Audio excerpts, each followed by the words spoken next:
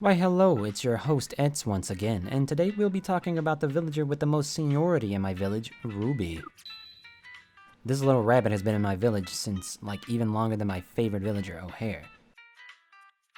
So let's get started, shall we? Ruby is a peppy rabbit villager, and her name in Japanese is Luna, which means moon and is a reference to the moon rabbit of Asian folklore. Sometimes she even makes a reference to this in her dialogues.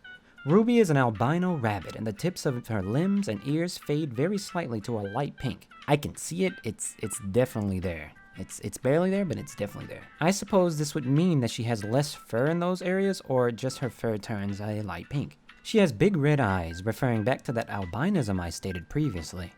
She wears the rabbit tee and her birthday is on Christmas Day, December 25th, making her a Capricorn. Her favorite song is Stale Cupcakes, and she has the nature hobby, which means you'll often find her smelling flowers or sitting beneath trees. Her favorite gifts to receive are light blue and pink cute or active items, such as the dreamy sweater or the mermaid princess dress that you get from Pascal. As stated previously, I've had Ruby for a long time, the longest of any other villager in my village. She joined in the first batch of 3 houses that I put up, which means right now she has the dreaded DIY house that beginner villagers have.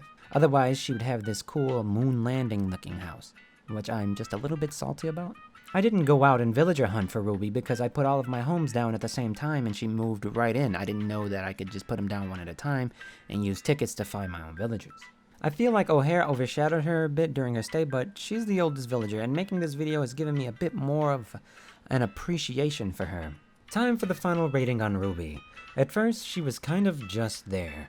She was adorable, but at the same time, I became fixed on finding Audie and other villagers, so she sort of faded into the background, which now revisiting her, I feel bad about. Recently, I've been hanging out with her more, and I think I'll give her the rating of 9 out of 10. She's very precious, and she's always been nice to the other villagers. I feel like Kiki's her favorite villager, so I gotta keep them on the island together, probably. I hope future me doesn't make me eat my words.